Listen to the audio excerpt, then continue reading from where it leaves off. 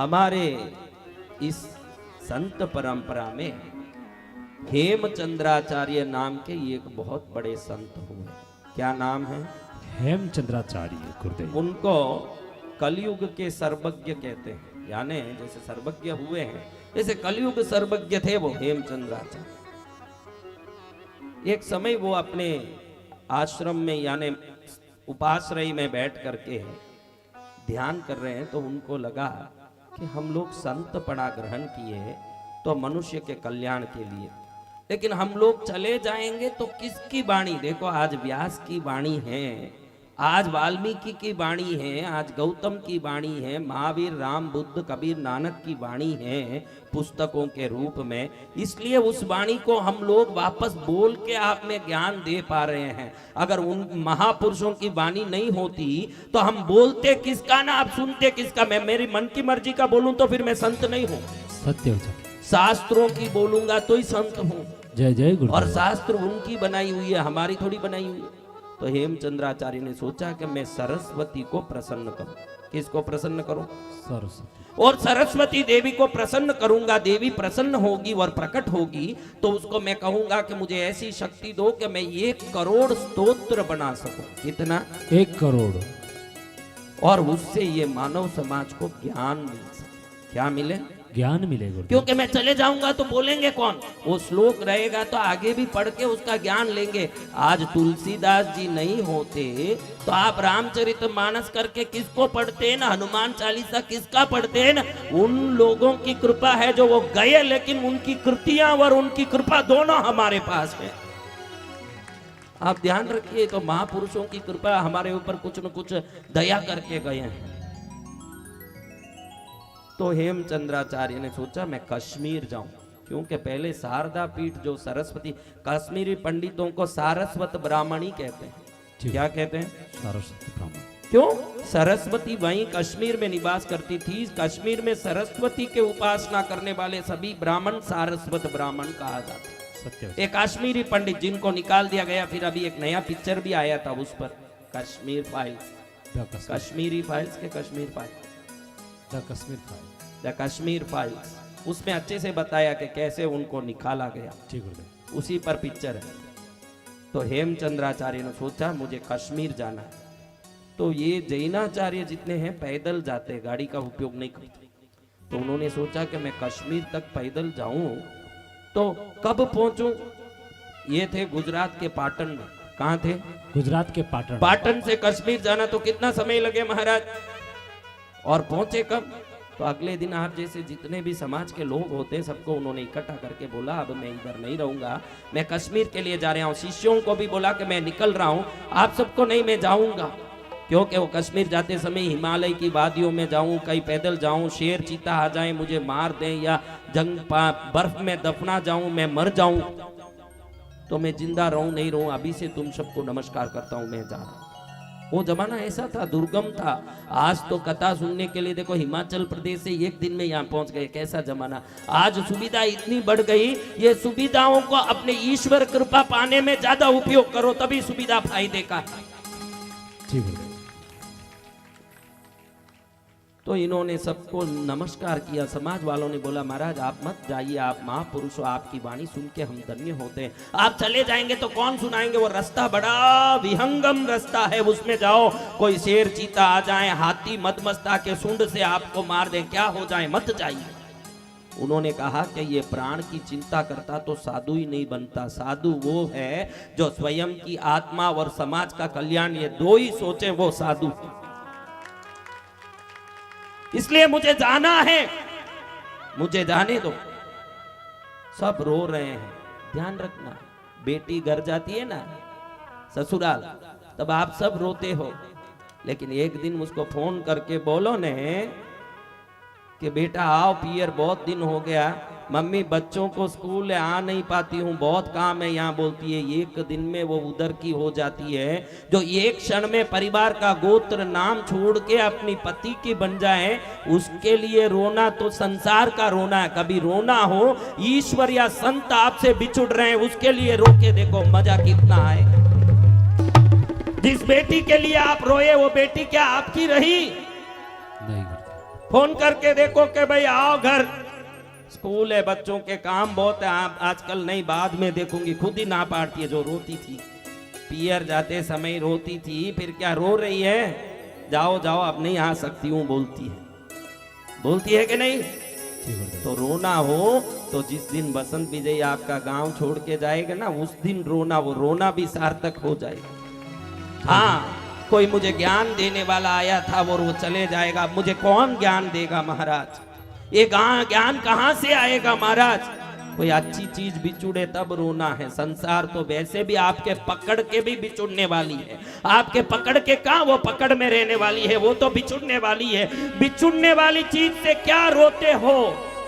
जिस चीज से नुकसान हो रहा है उसके लिए रोना सीखो। कभी भी भक्ति कम हुई आज मेरे से, आज जाप नहीं हो पाया, आज मेरे ईश्वर की पूजा भक्ति नहीं हुई, ये भाव आके कोई रोने लगे तो उसका संसार अपने आप सजने लगे, उसको कोई सजाने की जरूरत नहीं। जय जय गुरुदेव। तो हेमचंद्राचार्य निकलने के लिए वहां से निकल गए, पैदल जा रहे हैं। 12 किलोमीटर दूर जाके एक स्थान पर रुक गए, जहां संतों के रुकने का स्थान था, उधर वो रुक गए। यहां तक अपन ये बात को यहां रोकते हैं, यहां रोक देता हूं, दूसरी एक बात करता हूं। रावण के रिश्तेदारों में खर और दूषण का नाम आपने सुना होगा, भांजे हैं दोनों रावण के। खर दूषण नाम तो सुना होगा आपने, मारीच का नाम स्वर्ण हिरण बन के भागा और उधर जाके सीता के अपहरण का कारण बना। लेकिन खर और दूषण ने मन में सोचा कि हम लोगों के हाथ में चंद्रहास खड्ग नाम का खड्ग आ जाए तो त्रिलोक की विजेता बनेंगे, तो ये कैसे आएगा? तो शंकर जी ने उनको आशीर्वाद दिया खरदूषण को कि अगर तुम रोज ये जाप करोगे, एक दिन में 6 फुट वो स्वर्ग से नीचे उतरेगा चंद्रहास खड्ग। कितना? ता तुम धरती में बैठे हो, इधर आने के लिए 36,000 वर्ष लगेंगे। कितने? 36,000 वर्ष। तो तपस्या कितने दिन करना पड़ेगा बताओ? वो खड्ग पाना है और खड्ग 36,000 वर्ष में नीचे आएगा, तो कितने दिन तपस्या करना है? 36,000 वर्ष ही करना है। तो ये लोग चित्रकूट के आरण्य में गए, नैमिषारण्य। कहाँ गए? नैमिषारण्य। देखो ये मनुष्य लोक की महिमा है, देवता को भी कुछ पाना हो, सूर्य को, चंद्र को, देखो सोमनाथ पाटन का नाम सुना आपने? चंद्र ने वहां आके तपस्या किया और स्थापित किया, वही सोमनाथ ज्योतिर्लिंग है। तो क्यों चंद्रलोक में बैठ के जाप नहीं कर सकते? चंद्र यहाँ क्यों आए? बताओ यहाँ क्यों आए? क्योंकि तू देवता क्यों ना हो, तुझे ईश्वर को पाना हो तो वह मनुष्य लोक में ही संभव है, और कहीं संभव नहीं। वह मनुष्य लोक में ही आना पड़ेगा, तुझे वहां आके ही भजन करना पड़ेगा। देवता, कितने देवता जगह जगह आके यहाँ, अगस्त्य ऋषि से लेके विश्वामित्र, वशिष्ठ, भारद्वाज आदि महापुरुषों ने इस धरती में साधना की। क्यों? वो देवलोक में जाते नहीं थे विश्वामित्र, वहां साधना नहीं कर सकते? यहाँ क्यों किया? आपका ये लोक ही भजन का लोक है, बाकी सब भोग का लोक है। जय जय गुरुदेव। समझ रहे? सत्य। तो महाराज ये खरदूषण चित्रकूट के पास जाके बैठ के संकल्प कर रहे हैं। कितने वर्ष की साधना का बताओ? 36,000 वर्ष। 36,000 वर्ष तक। ये राक्षसों में ही संभव है। देखो राक्षसों में जितनी राक्षस प्रवृत्ति है उतनी तप त्याग की शक्ति भी है। हिरण्याक्ष ने तपस्या किया, हिरण्यकश्यप ने तपस्या किया। राक्षसों की तपस्या में सब कुछ शक्ति संभव है। इधर बैठ करके खर और दूषण 36,000 वर्ष तक साधना कर रहे हैं। कितने वर्ष तक? 36,000 वर्ष। बोलो साधना छोटी है क्या? हाँ, नहीं। खाना नहीं, पानी नहीं, नींद नहीं, मल नहीं, मूत्र नहीं, 36,000 एक ही जगह बैठना। उससे क्या होगा? पहले दिन जो 6 फुट नीचे उतरा तलवार, दूसरे दिन वो 6 फुट और 6 फुट, ये 36,000 वर्ष का क्या हिसाब है? इस धरती से आकाश को अगर आप मापो 6-6 फुट से, तो वो 6-6 फुट 36,000 वर्ष में पूरा होगा और आकाश मिलेगा आपको। यही माप है। तो अब ये तपस्या करने लगे और वो 6-6 फुट नीचे उतरने लगा चीज। कितना? 6-6 फुट। अब एक दिन बाकी है, एक दिन बाकी है, तो कितना ऊपर रहेगा तलवार? आप बताओ, एक दिन बाकी है तो क्योंकि 1 फीट होते हाथ में आ जाएगा, 6 फुट ऊपर खड़ा है। लेकिन अभी 6 फुट का कोई भी आदमी लांग के ऐसे उठा सकता है ना। अभी 6 फुट में कोई चीज हो थोड़ा जंप करके भी ले सकते हैं ना। उन्होंने सोचा जब 36,000 वर्ष निकल ही गया है तो एक दिन और सही हाथ में ही लेंगे, क्यों लपक के लें, इसको हाथ में ही लेंगे। सामने चमकता हुआ चंद्रहास खड़ग कम से कम 100 सूर्यों के प्रकाश से चमक रहा है। वो हाथ में आ गए तो खर्व और दूषण त्रिलोक विजेता हो जाए। क्या हो जाए? लोक विजेता। 1 दिन बाकी है। कितना बाकी है? 1 दिन। और इधर देखो तो लक्ष्मण जी उस चित्रकूट के आरण्य में सीता माँ को ढूंढते हुए घूम रहे हैं कि मेरी सीता भाभी को कौन ले गया। उसी समय ये घटना हुई, खरदूषण वहां बैठे हैं।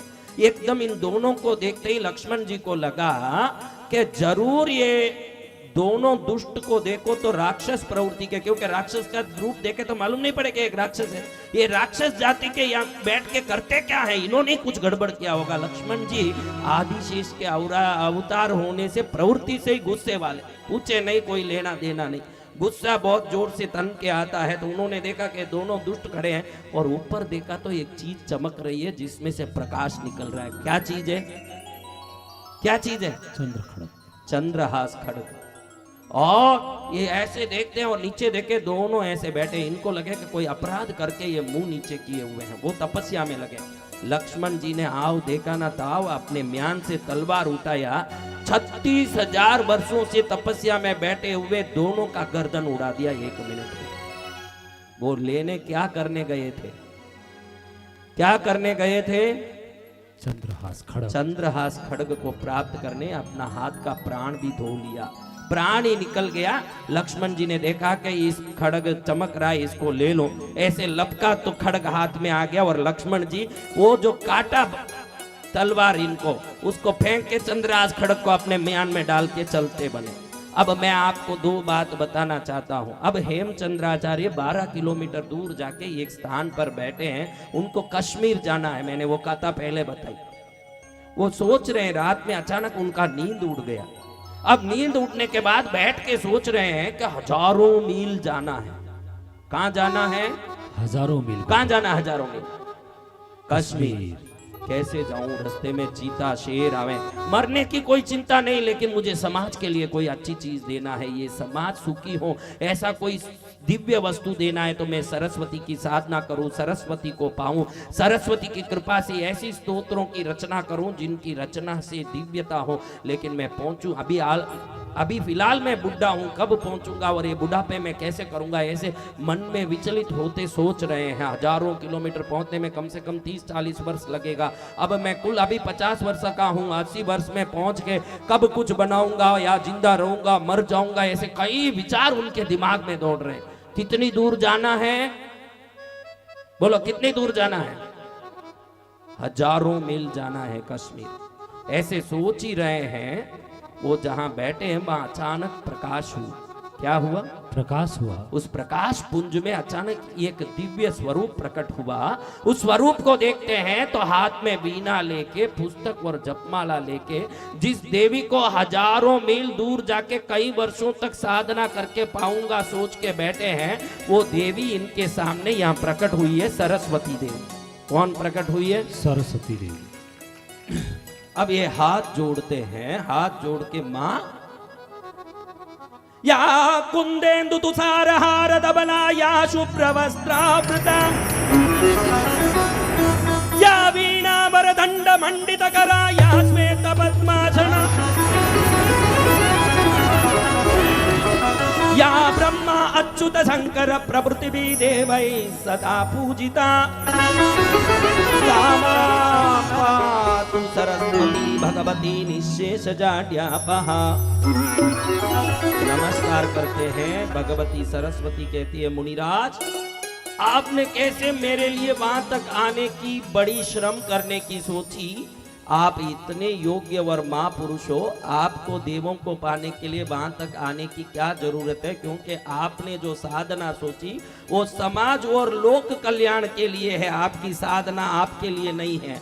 और जो साधना दुनिया के भले के लिए होती है उसमें साधक को कोई मेहनत नहीं करना पड़ता है, इष्ट स्वयं साधक के पास आते हैं। जय जय गुरुदेव।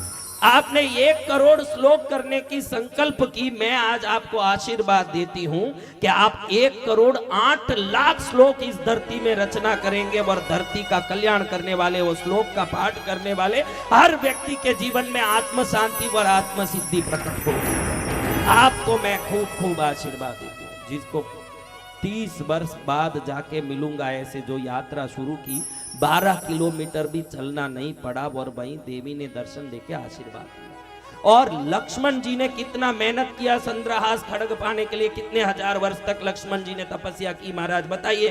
नहीं गुरुदेव, लक्ष्मण जी ने कितने हजार वर्ष तक तपस्या की बताइए महाराज। नहीं। खरदूषण ने कितने हजार वर्ष तक तपस्या की? अनंत हाँ? 36,000 वर्ष। आज एक बात मेरे मुंह से गांठ बांध करके घर जाइए, तपस्या करने की न पूजा करने की न दुनिया को पकड़ने की चक्कर आज यहीं छोड़ दीजिए। इतने योग्य बनिए कि सरस्वती को और तलवार को आपके सामने प्रकट होना पड़े। आपकी तपस्या से नहीं, आपकी योग्यता से मिलेगी। और आप योग्यता से अयोग्य हो, मैं खुला बोलता हूं। आप योग्यता से अयोग्य हो, इसलिए आपको नहीं मिल रहा है। आप माथा फोड़ के क्या करोगे जब 36,000 वर्ष तक तपस्या करके खरदूषण को तलवार नहीं मिल पाया?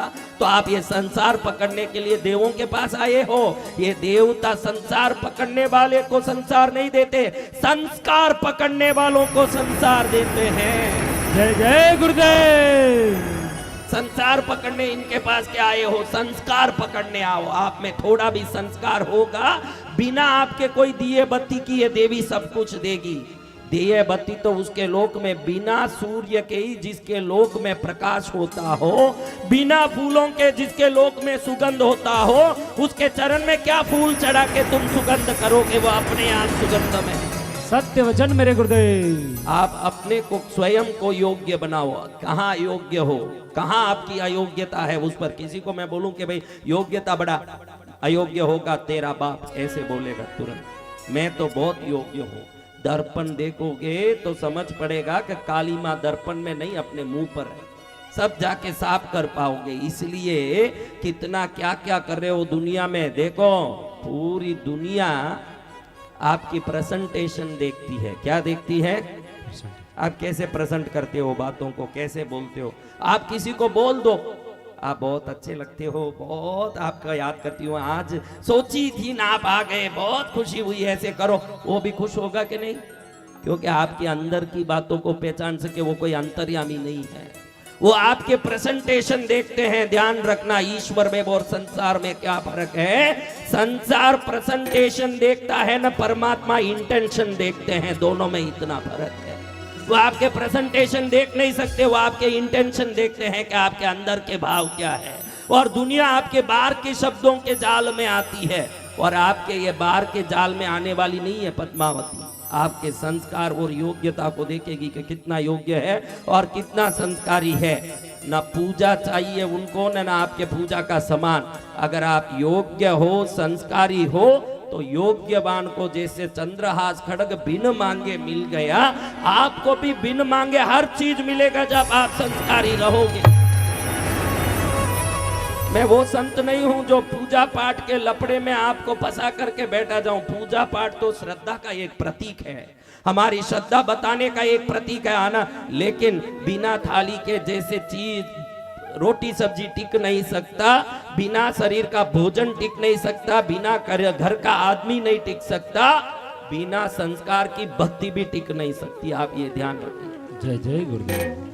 तभी ये टिकेगी जब संस्कार हो। कई लोग मेरे पास आके कहते मेरा बहुत बड़ा काम होना हो जाए तो बहुत बढ़िया हो जाए, आप आशीर्वाद दो। अरे मूर्ख, तू योग्य होता तो हो नहीं जाता? तो काम के पीछे मत पड़, अपनी योग्यता को बढ़ाने के पीछे पड़। जिस दिन तू योग्य बन जाएगा, काम को नहीं, काम तुझे ढूंढ के आएगा कि ले भाई मेरे को पकड़ पकड़, मेरे को पकड़। जय जय गुरुदेव।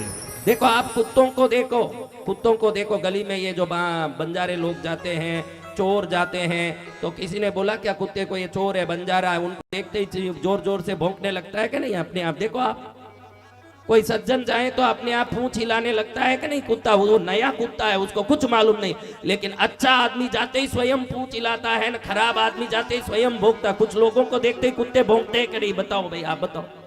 ये बंजारे लोग जाते हैं उस समय जरूर भौंकते हैं, आप देखो। और चोर उचके टाइप के लोग जाएं जरूर भौंकते हैं, कोई सज्जन जाए वो पूंछ हिलाते हैं। अरे कुत्ते तक को मालूम है कि पूंछ हिलाना तो सज्जन को देख के हिलाओ, तो देवताओं को भी मालूम है कि आशीर्वाद देना है तो योग्य लोगों को दो। सत्य वचन कुत्तों में इतना ज्ञान है तो देवों में ज्ञान नहीं है, देव क्या अधूरे हैं। इसलिए आप उनसे मांगने मत आओ, न भीख मांगने मत जाओ। आपकी योग्यता इतनी बढ़ाओ कि कुएं को प्यासा तक पहुंचना पड़े कि ले बेटा पी, पानी में आ गया हो, तब मजा आए, तब जाके जीवन में सफलता आएगी। आपकी योग्यता बढ़नी पड़ेगी। आप दूसरी चीजों के पीछे इतना योग्यता बढ़ाओ, बनती कोशिश करो कि मुंह से झूठ ना निकले।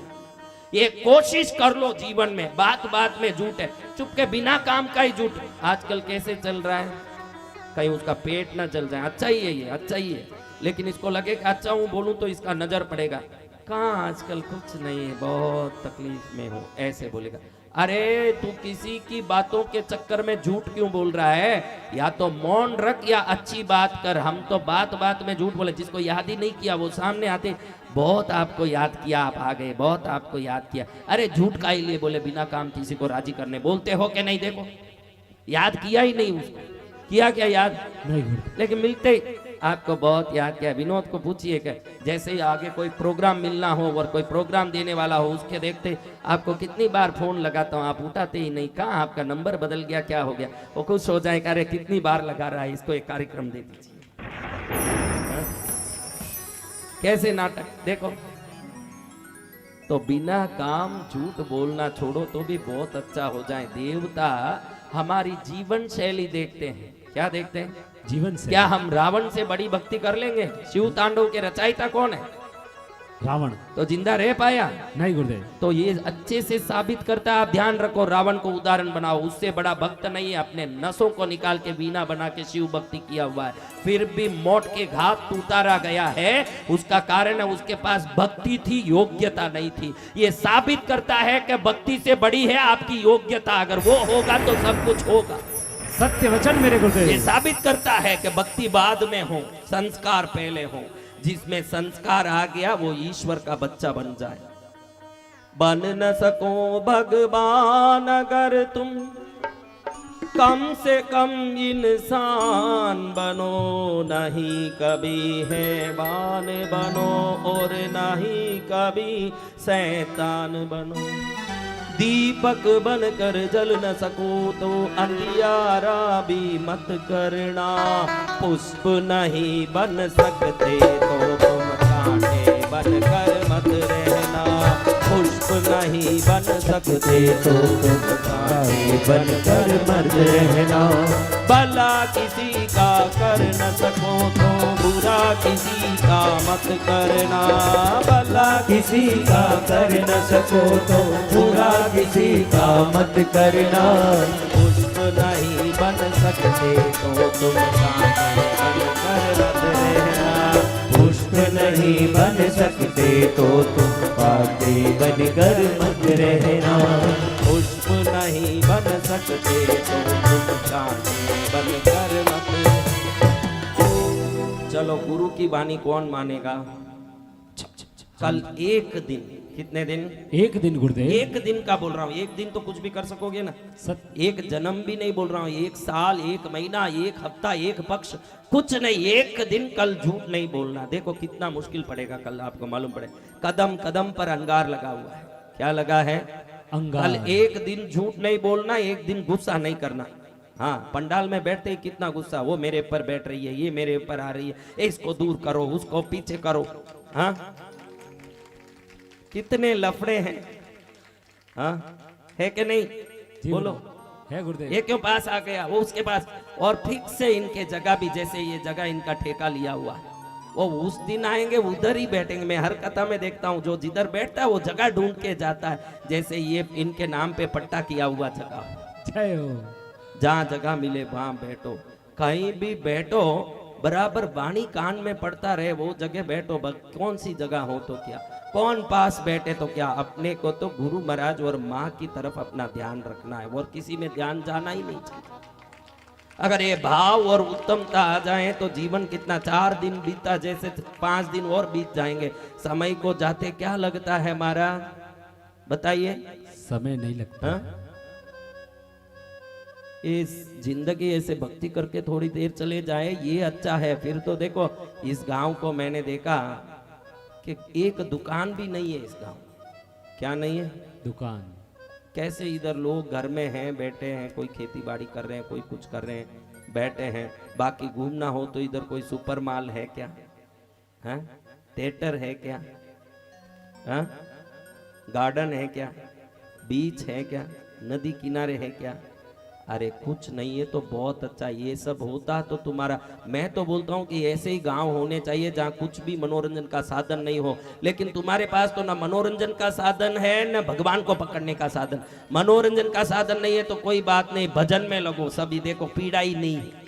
जिनके मनोरंजन के साधन है, संडे होते ही वो घूमने जा रहे हैं, वाटर किंगडम में जा रहे हैं, एमजीएम में जा रहे हैं, कहाँ फिरने जा रहे हैं। यहाँ कुछ नहीं है तो आगे से गुरु महाराज का एक फोटो घर में रख लो, भगवान का रख लो, बैठ के गुरु ना मिले तो हम ज्ञान कैसे पाएंगे, गुरु ना मिले तो, गुरु ना मिले तो हम ज्ञान कैसे पाएंगे, गुरु ना मिले तो ज्ञान के बिना भव पार कैसे पाएंगे, ज्ञान के बिना भव पार कैसे पाएंगे, गुरु ना मिले तो, गुरु ना मिले तो हम ज्ञान कैसे पाएंगे, गुरु ना मिले तो हम ज्ञान कैसे। बड़ा पुण्य है कि इधर संत आए हैं। इस गांव में हर चीज देखो।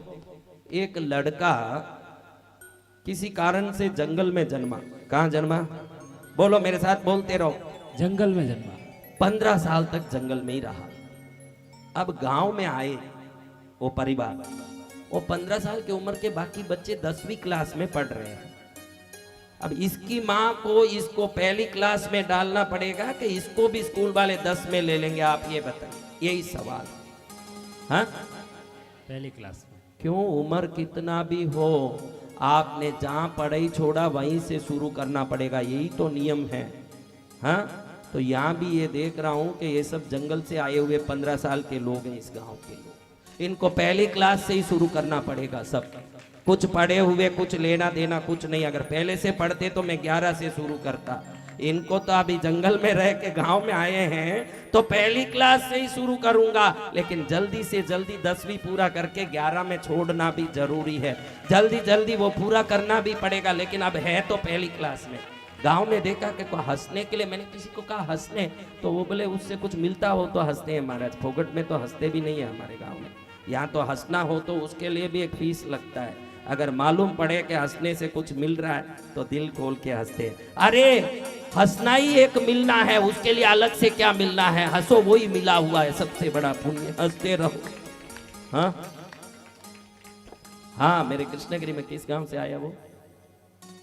कहां से आया था? कृष्णगिरी में अभी हमारे कथा में एक व्यक्ति आया था, 25 वर्षों से हंसा नहीं था एक बार भी। कितने वर्षों से? 25 वर्षों से गुरुदेव। और 25 वर्ष बाद कृष्णगिरी में हंसा। वो बोला खुद ही खड़े होके 25 वर्ष बाद हंस रहा हूं महाराज। तो मैंने पूछा क्यों नहीं हंसा? वो बोलता पता ही नहीं क्यों नहीं हंसा। क्यों हंसे उसके लिए भी कारण ढूंढते हैं ना, क्यों नहीं हंसे उसका कारण भी पता नहीं है दुनिया। क्यों नहीं हंसे इसका कारण पता नहीं। मैं आपको कई लोग को पूछता हूँ, माँ जी, बोरला वाली माँ जी क्यों नहीं हंस रही हो? वो बोले मेरे घर में भी इन लोगों की तरह मैर्सिडीज कार आएगी तब हंसूंगी। अरे माँ जी, तू हंसती रहे, कार अपने आप आ जाएगा। कार आने के बाद क्या हंसे? हम कार की चिंता में पड़े रहे ना, अपने को ले जाने के लिए सीढ़ी नहीं आ जाए, महंगा पड़ जाए। इसलिए पहले ही हंसती रहो, जो आना है वो बाद में आएगा। लेकिन हंसी का कीमत तो सोने से भी महंगा है। इसलिए हंसते रहो, खुश रहो, ये आनंद में रहो जीवन में। क्योंकि जो भी पाएंगे तो आनंद आएगा, इसीलिए तो पाने की कोशिश में पड़े हैं। और आनंद फोगट में आता है, किसी को पाने की जरूरत ही नहीं है, वो अपने आप आता है। इसलिए आनंदित रह के ईश्वर के भजन में लगो, भक्ति में लगो, उद्धार जरूर होगा। और सबको कहाँ जाना है? आज मैंने एक अच्छी बात सुनी। और आज कहाँ वो अमित भी नहीं दिख रहा है, वो कोई नहीं दिख रहा है, तो कैसे बोलो? चलो बोलूं कि देखो, इस गांव में आज किसी ने बताया संकेत कि एक मजदूर भाई है इस गांव का। ऐसे किसी ने बताया, मुझे पता नहीं है, इन्होंने बताया, नाम तो पता नहीं। इसने आके मुझे बोला, संकेश ने, एक मजदूर भाई है, उसको कभी कभी काम मिलता है 500 रुपया मिलता है। कितना? 500। और रोज काम नहीं मिलता। उसके 4 बच्चे, कितने? 4 बच्चे। और चारों की शादी होनी है और काम भी बराबर नहीं मिल रहा है। और 500 रुपये का काम मिले हफ्ते में एक बार, तो 500 तो घर चलाने में ही हफ्ते में काम पड़ोड़े। और कल मेरी बात सुनी भंडारे की, और सुबह ये जो कथा करा रहे हैं वो भाई के पास वो पहुंच के 51,000 की गड्डी देख के बोल रहा है कि मेरी तरफ से 51,000 रखो, भंडारा करो। कौन? असली सेठ इस गांव में वही मजदूर है जिसने अपने 500 की कभी कभार मिलने वाली मजदूरी की नहीं, अपने भजन भक्ति के पुण्य का चिंतन किया। और वो मजदूर भाई ने 51,000 रुपया, कितना? 51,000 रुपये। रामेश्वर भाई, सिरपुरा गांव कहाँ है? यहाँ सिरपुरा गांव, हाँ ऐसे सिरपुरा के सिरपुरा, सिंहपुरा, सिंहपुरा है पास में ही है। ए देखो ये भाई 500 का काम मिले, 4 बच्चे और 51,000 काशी के भंडारे के लिए दे दिया। कोई तो असली सेठ यहाँ प्रकट हो गया इस गांव में। ध्यान रखो, पैसे रखे हुए सेठ नहीं है, उस पैसे का सदुपयोग करने जाने असली सेठ तो वही आदमी है कि मेरी तरफ से किसी का भला हो जाए। धन्य हो गया भाई, मैं तो इस गांव में आया, तुम जैसे धनवान को देख लिया। क्या देख लिया? धनवान को।